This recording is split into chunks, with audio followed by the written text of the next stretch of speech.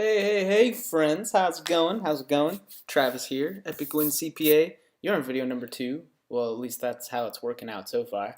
So sorry if that confuses you with future numbering of videos, but that's where I'm at this point in time. So, right now, this is a video we're going to go over squeeze pages, okay? So, make that go crazy for you.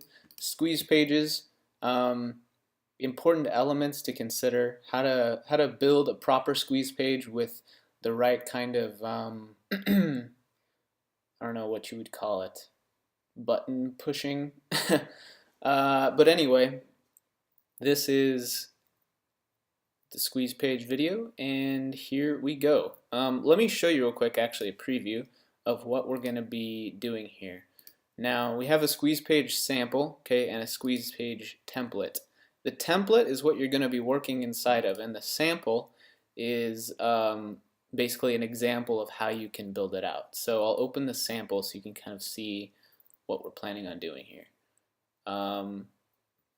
Now this is fairly poorly formatted just because of the text on the backgrounds, and you might want to work with that, and I'll show you how to do that in a little bit. But this is basically what we're working with here. Okay, Board High School teacher earned $629 during a classroom quiz. You'll have to see this to believe it. 43 minutes earned this high school teacher more than she used to make in a week.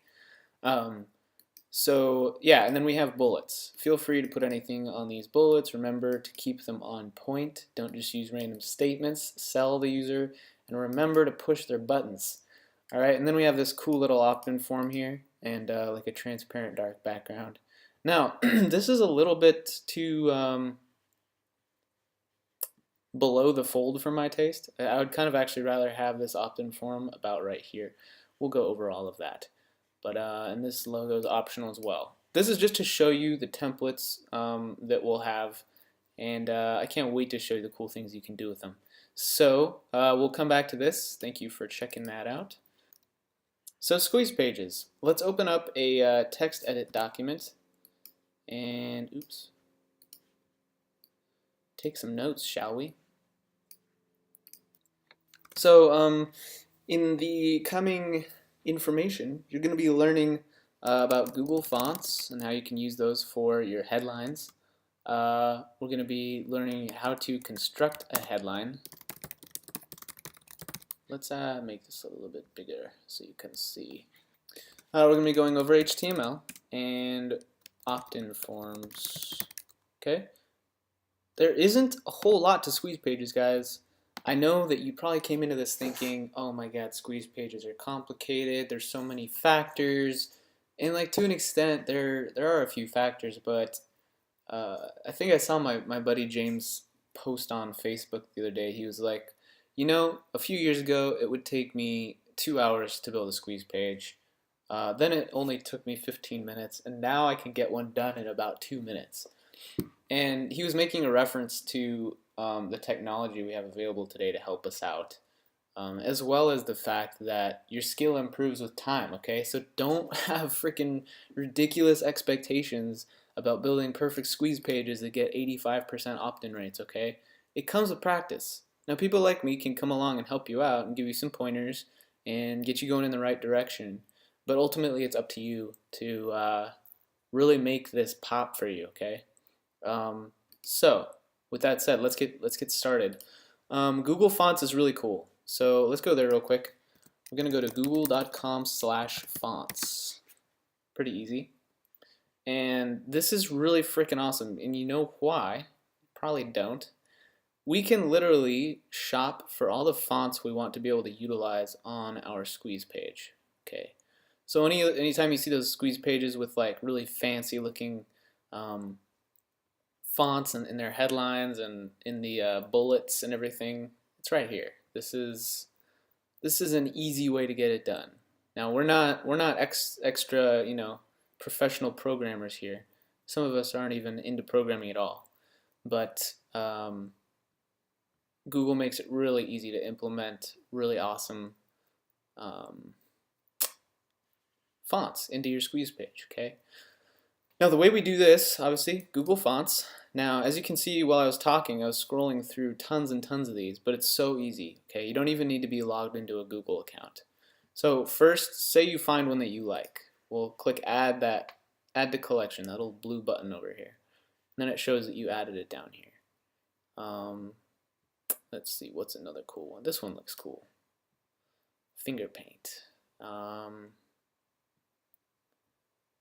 What else? When you're going with fonts, don't go crazy and something that's hard to read. This could actually be good for headline font. Like this, don't do that. You're not gonna get any opt-ins with that. They're just gonna see lines of stuff they don't feel like putting in the effort to read.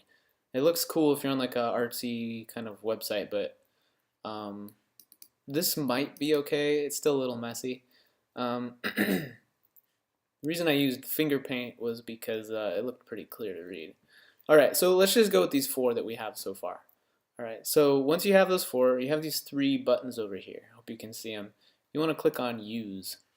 And it'll show you examples of each font and how they look with a certain phrase. Over here it'll show how much time your page will take to load based on these 4 fonts that you selected. I don't really worry about that. I know that sounds crazy.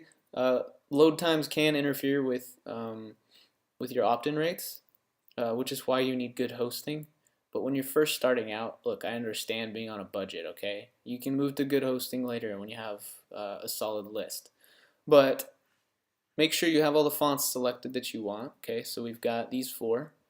And then they give us a code, okay? So this code right here gets added to your squeeze page. Now I'll show you where. Let's open up our squeeze page template, index.html. Actually, I'm gonna have to go with Text Wrangler. Highly recommend Text Wrangler. It's free for Mac. I'm not sure if it's a PC program too. It should be if it's not, because it's really cool. But if you don't have Dreamweaver, that is. I also have Dreamweaver. That's actually how I built most of these squeeze pages. So here we go. I'm gonna ignore this part. I'm sorry. Removing these. So this gets to go bye-bye. Okay, so that's where your Aweber code is going to go, right in between these lines. I've noted that for you. Now, up here, at this head tag in the HTML, it's on the 3rd line. Okay, so it's right at the top.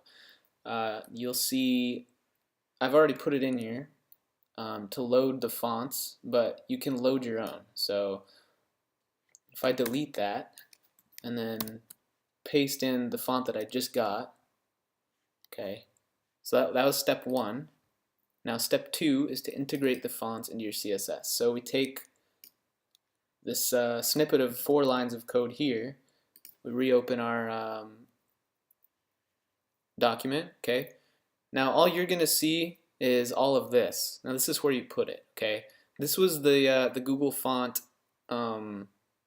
arsenal, if you want to call it that was in there prior to this example, okay? So that's what you're likely going to see. If you don't see that, you're going to see this, okay? But it looks exactly the same. Now this is where we paste those 4 lines of code that Google just gave us. This is telling browsers to look for font family finger paint in cursive and the type of font it is. Sorry, that didn't make any sense at all. So font family, and then it tells you the font name and then the font type. Okay, and we have 4 lines of that since we selected 4 different fonts. And so we go into Text Wrangler and paste them in here, right underneath this font, 100%, 1.4, etc., etc. Okay, so now if we take this finger paint right here, see that? Copy that, and then go down into our HTML, which you'll know by seeing this body tag is where your HTML pretty much starts. So what was our headline? Our headline was right here, right? So headline goes here. What if we want to change that font from Chivo, which was another Google font we had in there before, to finger paint? It's really that easy. Okay, and then you hit save, and when we open this up, we should see finger paint. Boom. So there's the finger paint font. All right. Now I've removed temporarily the Aweber form. You saw me do that earlier. And you know, this logo was done in probably 30 seconds. I don't even like it. It's really driving me crazy. So I'm going to actually take this out. Now, I really hope that while you're watching this, you're taking notes on what I'm doing, because what I'm doing is basic things that you should be able to do inside HTML for these pages. Let me just go over this real quick on the CSS part. Anything below, basically all of this code throughout here, from the end of the head tag to this style type equals text CSS, you're not really gonna have to work inside of that. The only time you will is when you want to change your background image. So that's right here. So this is your background image. This is actually kind of cool. We can do halvesies. So background image, beachvacation.jpg, right? That's what we've got on there right now. But you'll see inside images, I have added others as well. So say we want to change it to this stairs one. We look at the file name, copy it, and paste it right in here. Okay? Now if we save that and refresh this page, it turns into that. I'm going to resize this image for you so that it actually shows up correctly. But until then, we can go with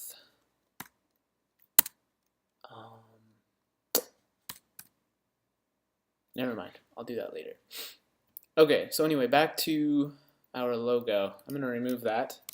So to remove, or not permanently remove, but to turn HTML into code that is not read by the browser, you put a open bracket, exclamation point, 2 lines, or dashes, whatever you want to call them, and then 2 more dashes in the closing bracket. Okay, so you surround whatever code you want the browser to render useless with the open bracket, exclamation point, 2 dash, and then 2 dash closing bracket. That's a useful thing. If you don't want to get rid of code, but you're afraid you might need to use it later, just surround it with those 2 things, okay? All right.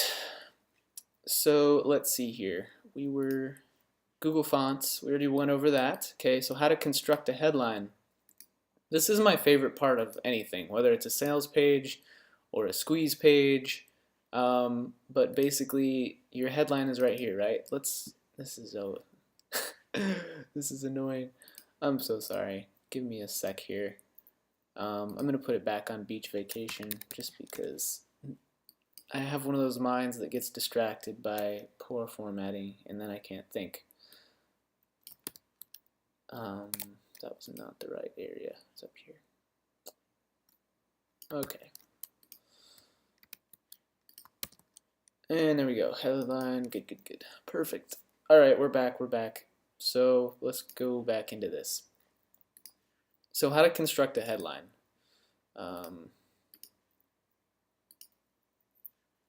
So how to construct a headline. Headline goes here. That is not a suitable headline, and neither is your subheadline goes here. All right. When constructing a headline, let me put in some, just so you can see, you know, some more information. Okay. So remember Google Fonts. I'm really sorry about my ADD right now. It'll clear up. I do realize that it may be getting annoying for you. So follow the instructions on the screen. Blue selection or select font. What is it? Choose. Add to collection. That's what it is. Blue add to collection. So that's what you use to add them, and then click use on bottom right. Okay, and then follow the instructions on screen. This is embarrassing. Okay, how to construct a headline. Back to work here. Headlines are fun. Now, when you're writing a headline, you want it to be, depending on the product that you've chosen to promote, and depending on what you have to offer, you want to pull out the single most amazing piece of that offer and basically throw it in your visitor's face right when they see the page. Okay? Because otherwise they're just going to see it and it won't grab their attention, and then they won't be intrigued to read what the rest is about or even find out why there's an email opt-in form. Okay? Just because you throw up an email opt-in form on your squeeze page doesn't mean people are going to use it. Alright? So with headlines, you want to be specific. Be specific. You want to be brief. Okay, none of these like 10-line headlines. Okay, you don't want to like go on and on using all these adjectives and descriptive writing. To an extent, it is good, but you also want to be ridiculous. Okay, this is gonna sound. I'll explain in a little bit, but what I mean by this isn't make ridiculous claims, but rather try and come up with things that people don't usually read in their day-to-day. All right. Try to involve random things like how one man earned $250 while nearly drowning in a swimming pool. You know, stuff like that. It intrigues you. You go like, wait, why is there a swimming pool involved? He was drowning, and how the heck did he make $250 while it happened? And that doesn't even have to have anything to do with the product. You could tell a story later in the sales copy. Well, this is going into sales copy, not as much squeeze pages, but it's kind of like the same concept. You can go into the sales copy later and tell a story about how this guy won a bet that he could hold his breath for 2 minutes underwater for $250. Does that make sense? Anyway, so let's see. We've got be specific, be brief, be ridiculous, give time frames, and that kind of goes into being specific, and give numbers. Okay, these things, anything that's quantifiable to your readers will boost their interest in what it is you have to offer. Okay, for example, who else wants to blank in just 26 minutes? Okay, we've got 26 minutes in there. Now, this isn't 20 minutes, okay, so you know we didn't round up. This isn't 1 hour, this isn't 24 hours. This is a very specific number, 26 minutes exactly. Okay, what was it about this 26 minutes, and could I do it faster, etc., etc. You want your headline to invoke questions. You want people to think, what in the world is on this? I need to learn more, okay? Give numbers. Now, we see this all the time with the internet marketing niche, okay? Like for example, that I showed you with the terrible teacher squeeze page. Okay, if we open this up, bored high school teacher earns $629 during a classroom quiz. Now, this is a good example because the teacher earned $629, right? Okay, so we have a number, right? We have an exact number. Now, during a classroom quiz. That kind of ups the curiosity, don't you think? Don't you think it feels more intriguing? You know, bored high school teacher earns $629. Okay, that's interesting, but we don't know how long it took. We don't know if that was 6 months. We don't know if this high school teacher was selling drugs. Okay, we don't know. But when we say during a classroom quiz, then we know that this teacher not only earned $629, but they did it within a time span of between 30 minutes and an hour. okay? Quizzes aren't usually that long. Now, I'm 5 years out of high school now, but yeah, I don't remember them being that long. Does this make sense?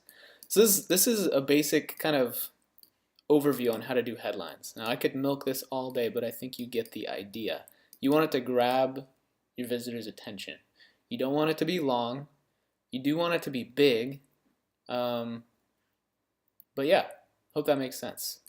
Now, I know I already kind of semi-covered HTML here by doing all that stupid stuff, but this, I'm gonna actually kind of try and go through the page step by step so you can see which elements you need to know. Okay, so we've got HTML. Let's open up Text Wrangler here. This is the document that you are going to see. You're going to open up the example squeeze page template, and you're going to see all of this crap. Okay? And you're probably going to think, what the heck, Travis? I don't even know what this means. This is another language to me.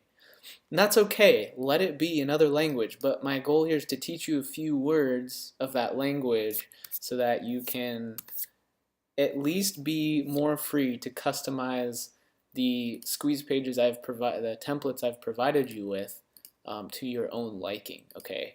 So let me try and go through those in order. One, let's start with the basics. We already went over Google Fonts, so we won't go into fonts now, but changing fonts, maybe we'll go in more in depth. Color, okay? We're going to learn color right now, and color is pretty easy.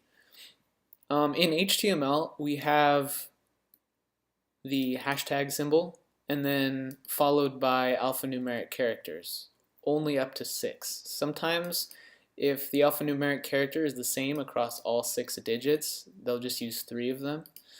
Like for example, FFF, okay, would change the background color to white. 000 would change it to black. I have a couple memorized, like BB0000. That's like my ideal headline red font. Okay, so actually I'll take that real quick. And to show you an example, sorry my throat's getting kind of dry. Luckily I have coffee. Okay, sorry about that. No, I'm not. This is my coffee. I'm happy. All right. So headline. Okay, let's test this on the headline. Right now it's at 222222, which is basically really dark gray. Now, if I put in BB0000, we're going to get headline red, or at least my ideal flavor of headline red. Okay, so let me refresh this. Oh, that's not the right template.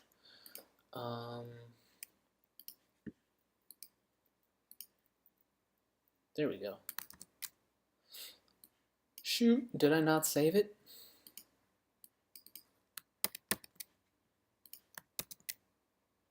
Frickin' A. I don't even know if this is, hold on. Squeeze template. Yeah, squeeze template, which is this one. I'm so sorry, guys. There it is.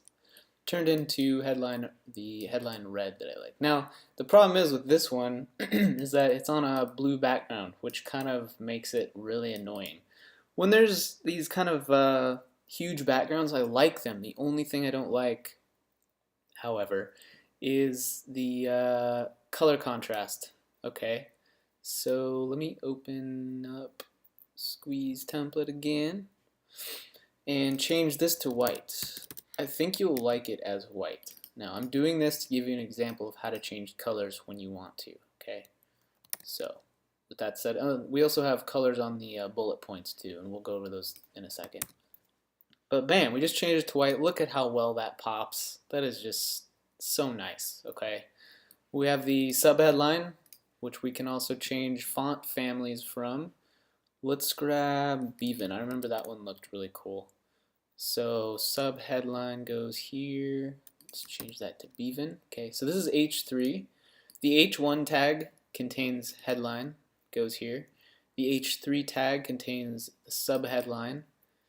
And everything inside of these UL tags, see that? Everything inside of these UL tags contain the bullets. Okay, and you see those right here. So we just changed the subheadline font to Bevan, and let's change that also to white, and refresh.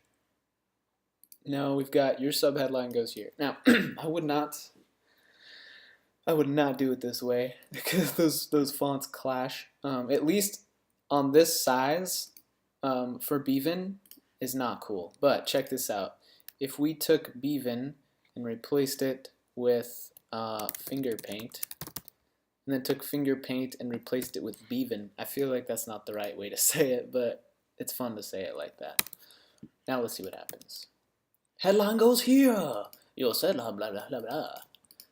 Sorry I had to hear that. But here it is, okay? We just learned how to change fonts, change headlines, change colors, and the same, I would hope that you would assume, is the same with text. Your dang headline goes here. Dang it. There, check this out. Bam, see? Now it's filling the page. And then your subheadline goes here. So, and now with bullets, the same thing applies. So color, right? If we want to make that white, FFF, FFF. Now, there are several places on the web to find HTML color palettes. You can also do it by going into WordPress and changing your font to a certain color and then going into the HTML and checking what code they gave it. You can also do it inside of Photoshop. You'll notice if I select any of these colors, the HTML code color is given right here. And I'm sure if you have GIF or not GIF, sorry, GIMP or Paint, I believe Paint does it, but I'm not sure. I haven't used it in ages, and they've done a lot of changes to it. But yeah, so we just changed the bullets to white, and let's change the font family just because we can. Let's do Galdiano. I sound like such an American Californian kid. It's weird. Okay, Galdiano. I just heard a lot of face palms. Alright, check it out. Galdiano, we got the bullet points. See, this page is already looking better. But yeah, this is how to do it, okay? So that's HTML. These are the things that you're going to need to know. The only other thing is changing images, which are all right here. Now let's say, for the sake of argument, that you are tired of this beach background and dang it, you want a nebula for your background. So we go googleimages.com, we type in nebula, and what do we get? We get this. We have an awesome picture of a nebula. Now, you don't want to go this fast, okay, and just go around on Google Images saving stuff, because let me tell you, it's a good way to get into some trouble if you end up with the wrong image in your hands, because people can sometimes, they get good at tracking this stuff, and not every one of these images is free for grabbing. Now with all that talking, I have just completely lost our where did they go? Oh, I think they're on the desktop. Yeah, here they are. Squeeze sample template. Let's do the template. And let's change this to nebula. I think that's I'm going to change it to JPEG. Okay, sorry that took so long. Now, if we go back into our code, you need to make sure, I don't know if I stressed this enough, you need to make sure that the images you want to use are in this images folder, okay? This is where you put them. So if we change this to nebula, hit save, and open up our squeeze page, bam, we have a nebula. Your dang headline goes here, dang it. So yeah, this is the extent of editing the most crucial parts of your squeeze page. Now, what else we have going here? So we went over color, we went over fonts, we went over images. Let's see, for now, I think we're good on that. Now, opt-in forms. We want to put in a stylized opt-in form. Now, when you open up this squeeze page template file, you'll notice some weird images inside of here. You're going to notice this transparent black.png. Or sorry, transparent. I need to remove these. These did not work very well. Okay, transparent black background and transparent white background. Now these are for you. These are for your opt-in forms. And don't worry though, if you were not able to host these on your own, which is weird to me because you're going to be building a squeeze page, which you also need to host. I guess you could put it on a blogger or something. That always works. But, like I was saying, if you can't host those images yourself, I have in this trusty little file the URLs, direct URLs to the high-res images themselves. So you'll see transparent black and transparent white. I just said that with like an accent. Transparent. Now there's a lot of free high-res images you can get here at unsplash.com. See, look at these. These are great for squeeze pages. Okay. Actually, I'd highly recommend this place rather than Google Images because at least here they're up for grabs. All right. Download. You have the names tied to them. You know where they came from. It's not some crazy internet black market. But yeah, okay, so that covers that. But let's go into building the opt-in form, okay? So we're gonna go into Aweber, and I'm gonna sign in here. This is just my testing account, but we're going to go and manage our sign-up forms by clicking on that sign-up forms button. And you're not going to see anything right here. This is all going to be gone. So we're going to create a sign-up form. And at that point, once we're here, we have this ugly sign-up form. We're going to be deleting some things. So just delete these extra little pieces here. And Aweber's pretty awesome because they have all these tools you can use to like resize and customize and digitize and prioritize. Sorry, I just got a little carried away there. But you know what I'm saying. So if we go to like the body drop-down menu, anything you want to edit is in here. So we have form type, which you can change to popover, lightbox pop-up. We have body, which we're editing right now. And to edit the body, you want to go click on this advanced section, okay? We want the background to be no color, as well as the border to be no color. So now we just have the name and email fields and the submit button, right? Now, we're going to open up this file that I showed you. It's titled high-res images, and we're going to copy this transparent black background, okay? We're going to put it right inside of here. And now check it out. We have a transparent black background. I'm trying to say that 3 times fast. Sorry, I'm like burping. I don't know if you can hear me. I hope you can't. So we're going to erase this because that's the label, and we're going to put in enter your name. Oh, let's leave that like. Okay. Remove text when clicked. Save. Do the same for the email field. Remove text when clicked. Okay. Save that. Now, we can edit the submit button to say anything we want. Did you know that? We can edit it to say, get started now! With lots of exclamation points. Like that. Cool, huh? You can also center it, which is awesome. And then you can also make it a gradient or take the gradient away and change the color. So if you want to get like crazy and red or maybe you want lime green because you're weird like me, then that's perfect, okay?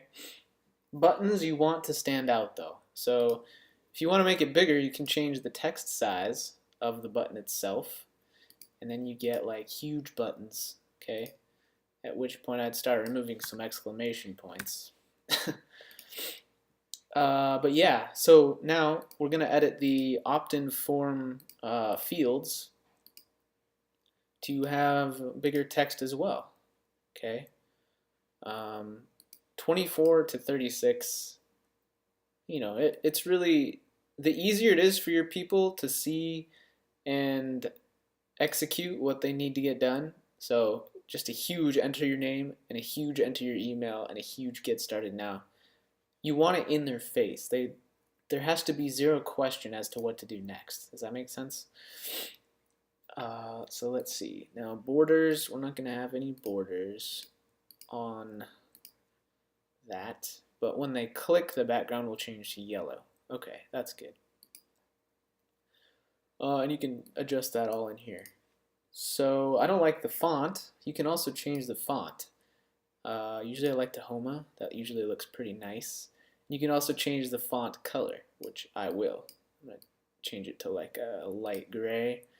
And we can also change the size of our box. We can add stuff to it. See that? Pretty cool, huh? You can also move the bottom down, move the top down, if you're into that kind of thing. And let's go with that for right now. I'm gonna actually lower this. Got a little carried away. Now the cool thing about this transparent box that you have access to is it's easily editable. So I have Photoshop, but you can use pretty much any other graphics processor, okay? So now we have that square, right? We can simply make it bigger, and I don't know if Aweber will process a box this huge, but that kind of gives you an idea of how easy it is to change the size of it. Okay, there's nothing crazy you need to do. It's all there. Oops. Okay, so now that we have our opt-in form, we're going to go to step 2 and title this whatever you want. Web form test. This is just for me. And then for the thank you page, this is the fun part, all right? This is where you put in exactly where you want your people to go right after they opt in to your squeeze page. So you can have this be a custom page. You can enter your own HTML, or sorry, URL.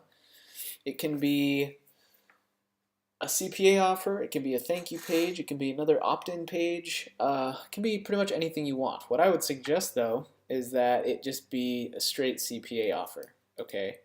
Now I'm going to show you a really cool trick here in a second on building thank you pages and squeeze pages that will probably boost your conversion rates even more with your CPA offers. But we start here with the custom page, enter it in thank you page url.com or CPA offer url.com, whatever you need to do, okay? I'm just going to leave this at the basic version for now till we get there, and go to step 3, click I will install my form. Now the JavaScript snippet, as convenient as it sounds, does not deliver the proper opt-in form. For some reason it takes away the custom image in the background and uses their own, which is really annoying. So you have no choice but to use all this HTML. So what I usually do is I click inside it once, and then I hit Command A, which selects everything on a Mac, Control A on a PC, selects everything. Then I just hit Command C or Control V on a PC to copy all of that code. Now, once you have that code on your clipboard, you can scroll down to the bottom here and you'll see this little snippet of code that says all Aweber code goes between these lines, okay? you're just going to hit Command V or Control V on a PC and it pastes your entire opt-in form, right? Now, you'll still see these. All Aweber code goes between these lines, and that'll probably populate with its own Aweber side note. But yeah, then we just save it, and once we go to the squeeze page and refresh, we have this ugly piece of crap. Pretty awesome, right? But I assure you these work, and in fact they almost work. It's weird. I did a test where, and it was a crappy test, I'll admit that. It was a test on AdFly. Now, as we know, AdFly is pretty hard to convert their traffic, but I did a test. I decided I'd build a really fancy squeeze page, like really nice, like super sexy, all the graphics look amazing, it's just pristine. And then I built a really ugly squeeze page with like drawn arrows and like a crappy button, and just, it's ugly, right? But the message is still, the same message is there. And guess which one converted higher? It wasn't the shiny, attractive, beautiful squeeze page that I had to spend hours building. It was the ugly, like, piece it together, hand-me-down, piece of crap looking squeeze page that ended up performing better by about 15%. Now, that's pretty conclusive evidence for me that crappy squeeze pages usually convert better. Now, admittedly, it will depend on the audience, but that's just a quick case study for you to hear. Now look, all of this is editable, okay? This isn't your final product. All of this is to teach you how to use the tools that you need to use to be able to do this yourself. I have no desire to just hand you something. That's not helping you at all. And I'm sorry if that's what you were expecting, and I'm sorry if that's what you expect, because that's not what you're ever going to get. You know, success it cannot be handed to you. Trust me, I've tried, and it doesn't work. But what does work is teaching people how to be successful and how to use tools to start their own success, tsunamis, as I call them. That's powerful, okay? When you can empower people and not just make them codependent on your own efforts, it removes a lot of stress for you as the teacher. It also puts on the proper amount of responsibility on the student, if that makes sense. So that's why I really want you to learn this stuff and do it yourself, okay? You know how to make headlines, you know how to make opt-in forms, you know how to make it pretty, you have the tools, you have the HTML, you have the template, everything is here and it's ready for you, okay? Now, one thing we didn't go over were the bullet points, okay? So opt-in forms, check. I don't even know what to put there. Use Aweber.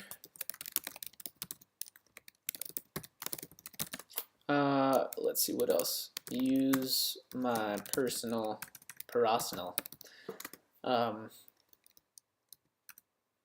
What's it called? Come on, Travis, think. My own personal opt-in form backgrounds. Whether that's the URL or image. Okay, and you know where to find all that. All right, so that's good, that's good. So we've gone over Google Fonts, how to construct a headline, HTML, color fonts and images, things you need to change on your squeeze page, and we've gone over opt-in forms. My friend, that's pretty awesome, but guess what else we haven't covered? Bullet points. Bullet points are great. And if you didn't already know this, they are located inside of your HTML. You know what? Just look for this. I'm just going to do this so you guys don't have to.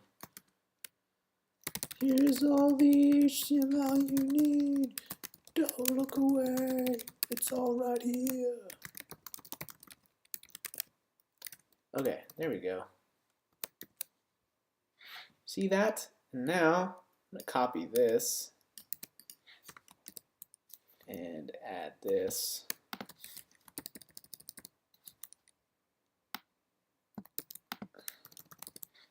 Okay. Just look for this piece right here. Then you'll know where the HTML is. All right, saving that. Bullet points. These are your bullet points. Everything between these UL tags. UL means unordered list, okay? And if I were to change this to OL and then refresh, we would get numbers, see? Instead of bullet points. But I'm not going to do that.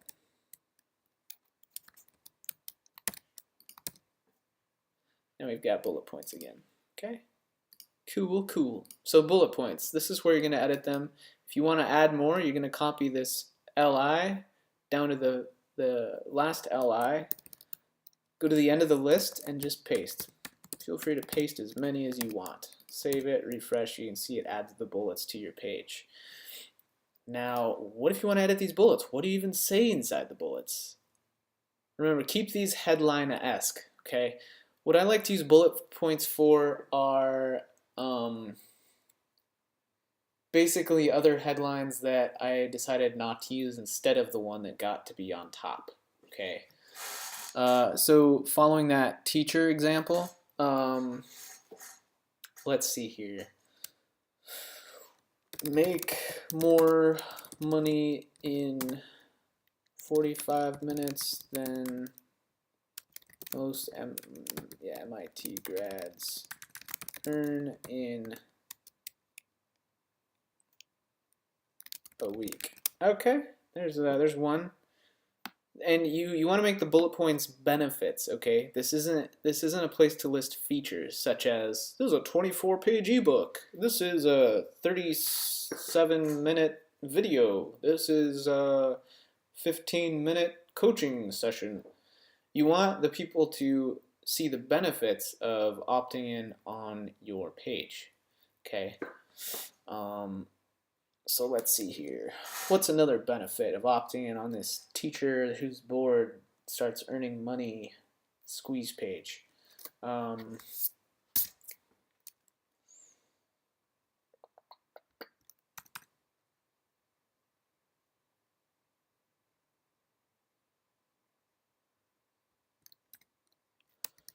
Kiss, you kill. Wow, I just wrote that. Kiss your thankless job goodbye.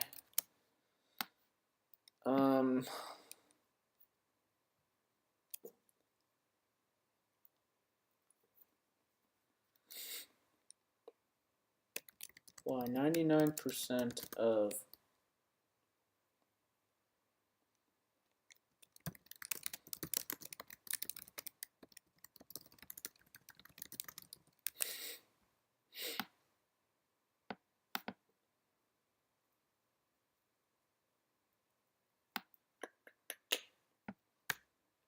and one more. Let's do one more.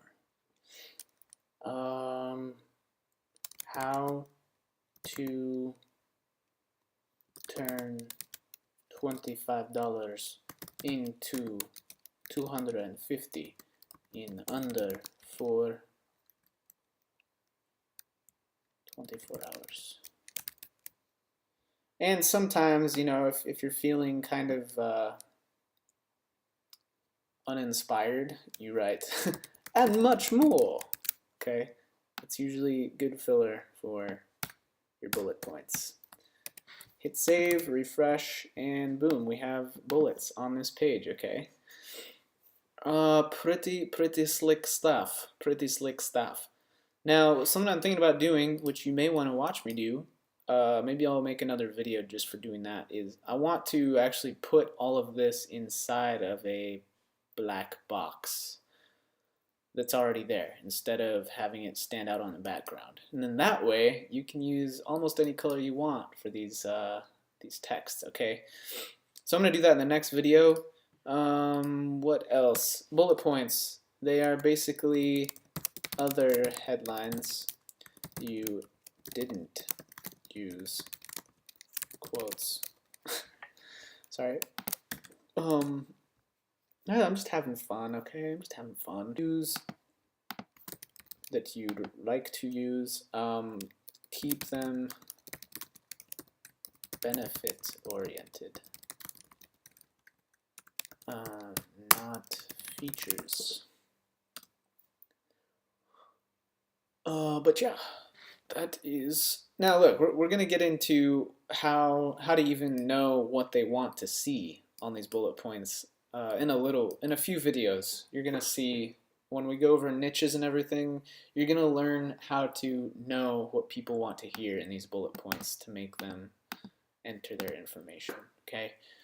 So you won't be blind when it goes into that, but this is something I wanted to go over right now, just so you can see how to do it with HTML and kind of like the basic overview of how bullet points work psychologically for your people. Alright, so this has been Squeeze Pages, covering everything you need to know. Now let's go over one last thing on the opt-in forms. I want to show you how we can get more fields than just a name and email, okay? We can, let's see, create a new field and we'll call this one phone number. Save. Now, the label,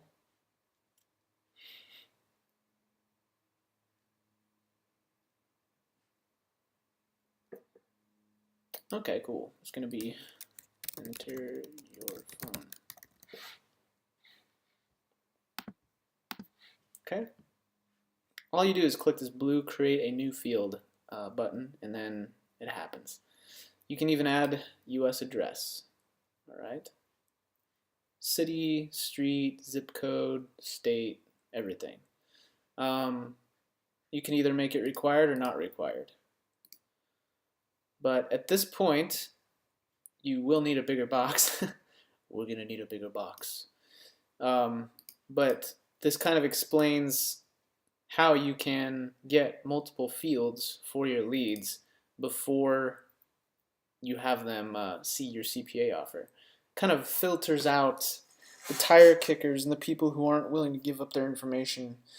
And it gives you a really powerful list of people who are liberal with their personal information. Okay. I know how terrible that sounds, but please don't take it out of context. So yeah, this has been everything on a Squeeze page. And next we're going to go over thank you pages, email follow-up series, and quick and dirty link tracking. Just for you, just for you. So I'll see you in those next upcoming videos. Just follow them in order. Thank you for watching. Hope this has been informative. Hey, if you're stuck, just email me. Say, hey, Travis, need some help on this part right here. And then you'll be stoked to find out that I'm the one that actually replies. It's not some person halfway across the globe replying to you via email. It's me. So with that known, though, please be patient. I tend to take on more work than basically bite off a bigger chunk than I can chew as far as work goes. So sometimes I get bogged down, but I promise I'll respond and we will have a good chat. Okay. See you in the next video.